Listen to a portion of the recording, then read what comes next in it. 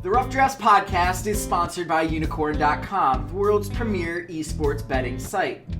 Bet on your favorite games like CSGO, Dota 2, and League of Legends, and earn Unicoins through successful bets, or use Unicorn's exclusive Connect program, where you can earn Unicoins just by playing some of your favorite games.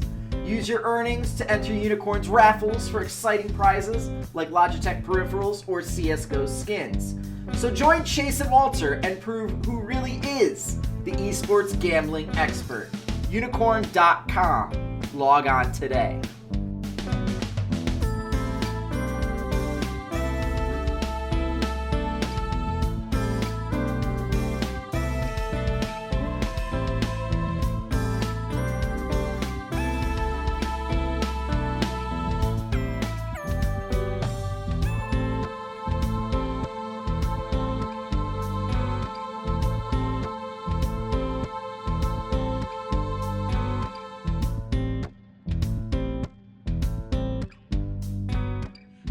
Internet. This is Chase, RedShirtKing, Wassenar. I'm a writer at Unicorn.com, and welcome to Day 4 of our North American LCS Team-by-Team preview podcast series.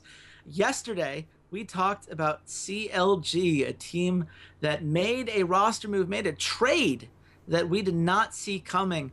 And it only makes sense that if we're going to talk about one aspect of the trade, now it's time to look at the other side of the coin. And of course, when I say we, I'm referring to my good friend and co-host Walter Ceades Fedczuk. Walter, how you doing, buddy? I'm doing good. Trades are not something that ever really happen in esports, so this is nice. This is, I think, the first official trade in North American League of Legends history that was player for player, and not that silly thing where Link got traded to Cloud9 for nothing and then got traded back because High couldn't fly. And it was like the Battle of the Atlantic or something like that. So, I mean, this is kind of cool. This is kind of interesting. We already talked about my feelings on Dardoch going to CLG. They're very tepid. They're very worried. Not so much for Immortals, actually. This might be a good move for Immortals. We're going to have to wait and see. I have some question marks about them. If ever there was a team that I thought could have benefited from making a second move, I think it could have been Immortals, because I have some worries about that support position. But you know what? Let's talk about the roster that they do have as of the time of recording. Got Flame in the top lane, Pobelter is the mid laner, Cody Sun AD carry, Ale at support, and your new jungler for them, Xmithie. So let's talk about, before we get into Xmithie specifically, what was missing from this Immortals team that kept them out of the playoffs? Because obviously this was a team that at their best was able to battle just about anybody, but it just felt like they couldn't get the consistency going enough. What were they missing, Walter? Their mid laner. Pobelter never showed up to the spring split. Let's be honest. Pobelter was awful for 98% of the spring split. And the reason that they kept hanging in there was on the back of Dardoch, which now you say, okay, well, remove Dardoch, we'll remove the thing that was helping us win, but I just think Pobelter had an off split. I think he just had a really, really off split. I think he's going to bounce back. I don't think he's going to be the world beater that we think he was back 2 splits ago, where he might have been matching up against, Bjergsen. Like, I don't think we're going to get summer split of 2016 Pobelter again, but I think we can get a really good mid laner. And I think he can pair well with Xmithie, which I know we don't want to get into Xmithie yet, that's fine, but I really think it was kind of central that one of their lanes was an absolute dumpster fire that couldn't get out of his own way. He was constantly giving up kills, constantly giving up pressure. At the end of the day, you need each lane to be able to do something. Just look at Echo Fox with Keith. If Keith is a dead body that they have to drag behind him, that's just, it's hard. It's hard to do that. It's hard to do anything when you're carrying, a 180-pound carcass on your back. I've never done that before, but I can only imagine. So at the end of the day, you need all your lanes to at least do something. They don't have to be the best player at their position, but they need to do something to help push your team forward into winning, and I just didn't see Pobelter doing that. He didn't farm well. It's not like he controlled his lane. It's not like he kept his opposing laner in his lane. It's not like he even was dying a ton in lane, so the opposing laner was just like, well, I don't need to roam. I can just keep killing this guy, 6 or 7 times, and I'll get my gold that way. He was just a complete non-factor period. So it put a lot of weight on the other players. It put a lot of weight on this rookie AD carry and this, bot lane that had never played together before, and they have to get used to each other. It put a lot of weight on Flame and a lot of weight on Dardoch, and Flame was the original top lane carry, but he's not that guy anymore. You can't expect him to just absolutely shoulder a load the way you could expect someone like Someday to do it or a Huni to do it. You got to take some of the weight off of these other players, and that's my expectation, is that Pobelter had just a really down year. He's going to figure it out. He's going to pick it back up. And even if he's the 4th best mid laner in North America, that helps. Even if he's the 5th best mid laner in North America, that helps, because he was the worst. He was by and far the worst mid laner in North America. I'll put him even under Piglet. Golden Glue is a little worse, but Piglet at least did something in the game. He at least tried to make plays in the laning phase. He at least tried to get kills. And then when teams figured out, he can't lane, they was like, oh, okay. But still, at least he got kills. Pobelter did nothing. Pobelter was a complete non-factor. Yeah, it was a really bad season. And, there are 2 ways of going about this, right? The first is to say, okay, that's an outlier, right? We haven't seen Pobelter play that badly, that consistently at any point in his career. And if you're an Immortals fan like myself, I jumped on the bandwagon last split. I'm not getting off of it because I love Flame and always will. Hashtag rest in pepperoni, CJ Entis. But at the same time, this is a Pobelter who has always had problems with living up to the expectations I think that people have built around him. There's this mystique around Pobelter because at one point in his career, he was criminally underrated. When Curse back in the day didn't handle him very well. We had the Winter Fox team in which he was single-handedly keeping that team remotely relevant. I think that he was undervalued. Now I think he's overvalued. I think that throughout his career, in each one of these splits, he seems to have one champion that he goes really all in on, and then the depth doesn't necessarily back it up the same way. You look at the summer split where he played really well. Well, he played 14 games on Victor. That was massive as far as the proportion of his games. Most of the characters that he played about 3 or 2 times, or fewer, did not work out as well. So I think that there's kind of a middle ground that we should expect from him. But now we have Xmithie, and this is where I do want to get into this, because I do think that this is probably going to be something that has the greatest impact on this team. This is not someone who's a carry threat. This is not someone who's going to bring the same kill pressure that Dardoch did. What does Xmithie bring to this team? Xmithie is going to bring control. He's going to bring jungle control. He's going to bring vision control. He's going to bring team fight control. He is very good at controlling and allowing his teammates to shine. That's when he's at his best, is when he's setting up his teammates for success. To say he can't carry, I think, is an absolute fallacy, because there was a time when he could carry. I thought the summer of 2016, him and Stixay played really, really well, while it was Darshan and Hui that were kind of collapsing. He had a really, really good summer. CLG didn't play all that great, but he personally looked really, really good on Graves. He had a couple of times when he popped out Nidalee games and we're like, Xmithie can play Nidalee? And then, yeah, he can play Nidalee. To say he absolutely can't carry is a falsehood. But he doesn't want to be a primary carry. He doesn't need to be a primary carry. And I think the fact that Stixay had done so well with Xmithie now shows, okay, we got another young AD carry in Cody's son. Xmithie knows he's going to need some help, knows that lane is going to need some help, especially with how aggressive Ale is and constantly wanting to make plays. I think we'll see a lot of his focus now shift into the bot lane. I don't think we're going to get Flame with Dardoch anymore. That Bash Brother, that's not happening anymore. Xmithie isn't going to go top a lot. He's going to go top a couple times to make sure that Flame could stay in the game, to make sure that he's farming to help relieve some pressure. If it's a really good matchup for a gank, he'll go gank there, but the majority of his attention is going to be spent on the bot side of the map, which makes the Pobelter point so important, is that Hui did not get a lot of jungle attention from Xmithie at all. Anytime him and Xmithie were near each other, is because they were roaming together. It was they were roaming to bot lane, or roaming to top lane, or roaming into the enemy jungle to get that vision control, to try and get a pick, things like that. So Pobelter really has to step up his game so he can survive in lane, so he can then be a threat later on. But if anything, this Xmithie pickup is going to do wonders for Cody Sun's career, who towards the end of the spring really had an uptick. Like, he was really, really playing very well. And if he had played at half of what he ended up at the beginning of the split, he might have ended up Rookie of the Year instead of contracts. Like, he was very impressive the last couple weeks of the season. So overall, I think it's a fantastic move for building up that young talent. This also does point to maybe in the offseason of the summer, and this, again, I'm projecting far out after this season, but if Pobelter doesn't really do very well, then they can go out and try and get another young mid laner to put in that mid lane, and then try and build him up the same way that they're going to build up the AD carry. Have Xmithie spend a lot of time with him in the mid lane, making sure that he's well protected, and go from there. And Immortals does seem like a team that does care about building up younger talent.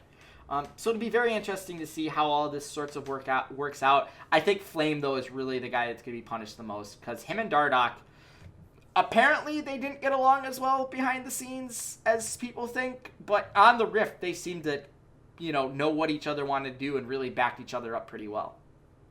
I mean, I guess. I mean, Flame had a couple moments, but this was a guy who had a 2.6 KDA.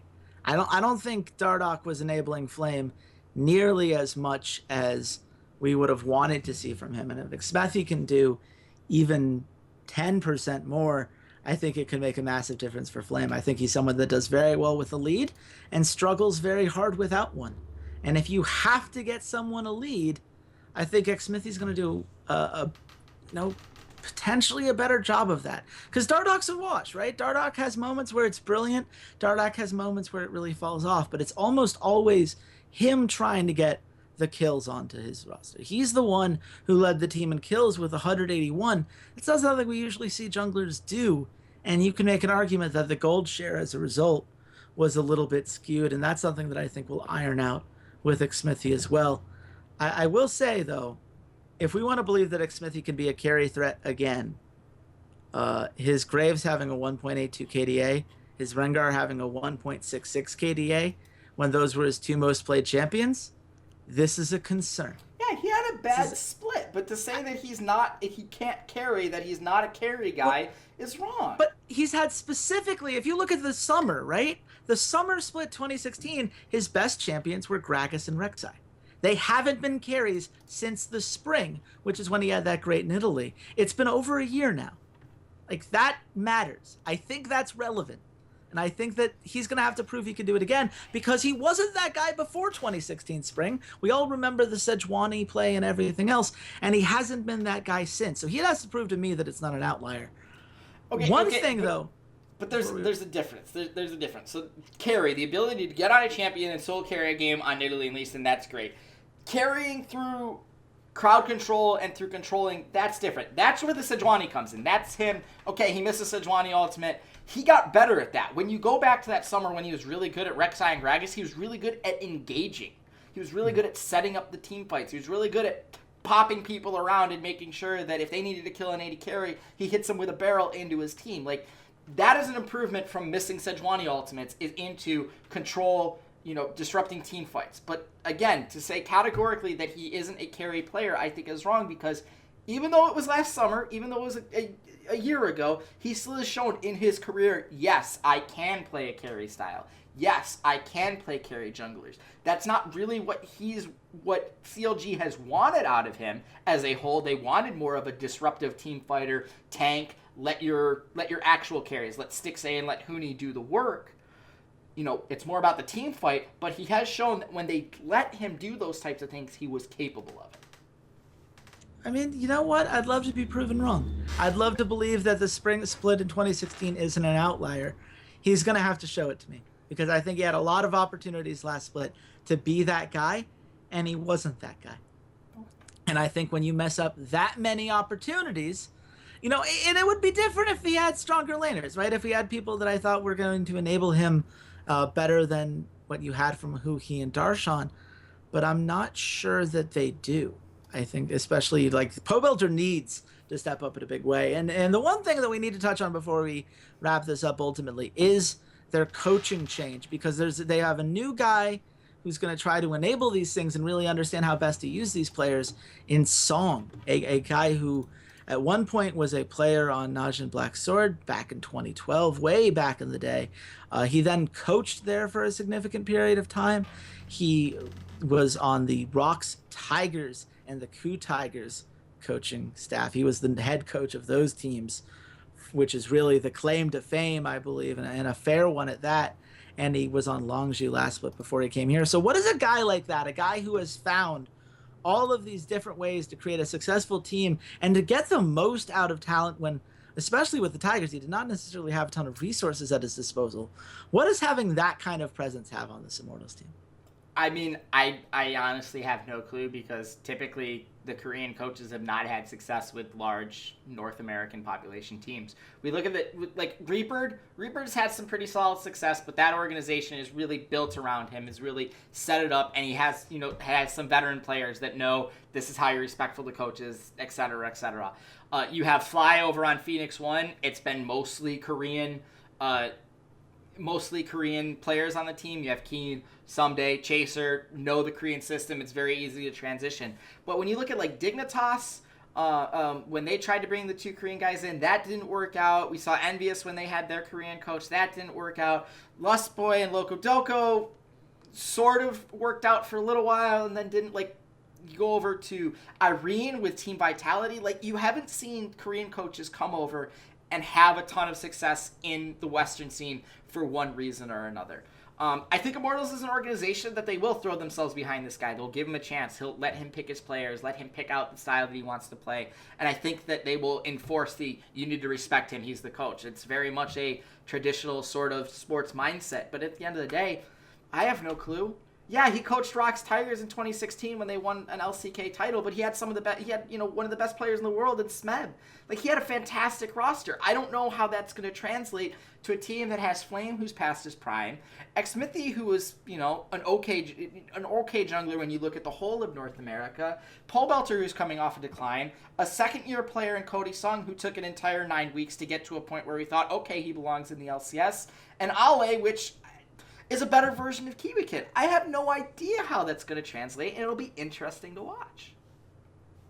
Yeah, no, I think that's totally fair. I do believe that there's certainly potential for him to be this guy on the team, but he has to prove that it wasn't just having that talent and being able to, make the most out of it. I think that you have to hope that enough talent is there for him to work with, that he can mold up, and you have to hope that Immortals players are willing to all buy into the system, and you have to hope that they're all able to play up to the potential and to the strategies that are being created, because a coach can only go so far if the execution isn't necessarily there. So there's a lot on the line. I think there are opportunities for them to improve. Ultimately, Walter, where do they end up? I think this team can be a better version of CLG. I think they could be a better version of CLG. I think that if Pole Belter comes back, I think he is at his best. He is more consistent than Huni. Or Hui. He doesn't have necessarily the ceiling that Hui does, where Hui, as I said in the CLG episode, he does have just some times where he super clutches, and he has these absolutely just mind-blowing games, not just on Aurelion, so on other champions that he's not particularly known for. Pole Belter really doesn't do that, but he can be very consistent when he's playing, up to the level we expect. Flame, I think at this point, is the same as Darshan. I think I'd give Flame a little bit more of an edge, that he might be mechanically a little bit better, and gameplay-wise, he might know a little bit better about when to teleport, but that can be pretty close. I think Cody, Sun, and Ale, if they have Xmithie bring them up to the level of where Stixxay and Aphromoo are, I think this could be a pretty successful team. This could be a team that is battling for that 4th or 5th seed at the end of the day, but it is a lot of things going right to get to that point. So just like with North America, if you aren't Cloud9 or TSM, you can be anywhere as high as 3rd. You can be anywhere as low as 10th. So it'll be interesting to watch this team at the end of the day.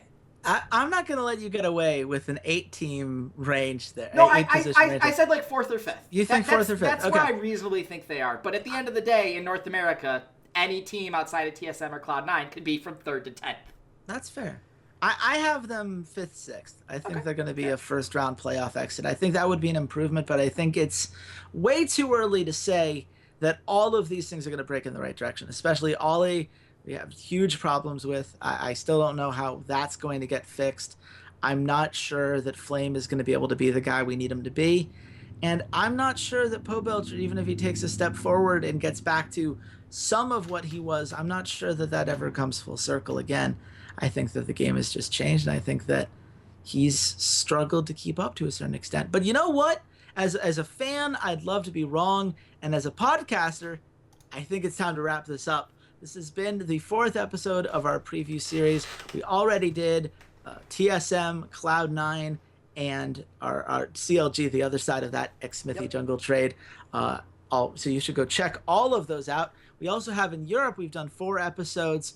We've done G2, Unicorns of Love, H2K, and Misfits. So you should check all of those out and give that a listen. And you can do that either on SoundCloud at soundcloud.com/esportsroughdrafts or on YouTube if you just hit that subscribe button when you get to the Rough Drafts podcast channel. But of course, you can also reach us on social media. I'm at RedShirtKing. Walter, where can the nice people at home find you? I'm at Ceades_LOL. It's right here. Right there. Perfect. And we'd love to hear back on any thoughts you guys have about what we said today. But of course, now we're going to take a little bit of a break in podcasts, weird, twisted timescale things. We're recording this before the roster lock. There are 6 teams that we really want to wait and see what happens with the roster lock before we move forward. So we're going to put this on pause, let our thoughts jump around in our heads a little bit, and hopefully we will have this nice, delicious stew where we've been, letting it simmer and slow cook for hours, and it's going to be this delicious thing for you guys in the end. So come back tomorrow in time in which you're seeing this podcast, when we've had that time to think about all these things. And until then, bye, Internet. Hey there, Ceades here. Thanks for checking out the podcast. And if you enjoyed today's episode, consider supporting us at www.patreon.com/roughdraftspod.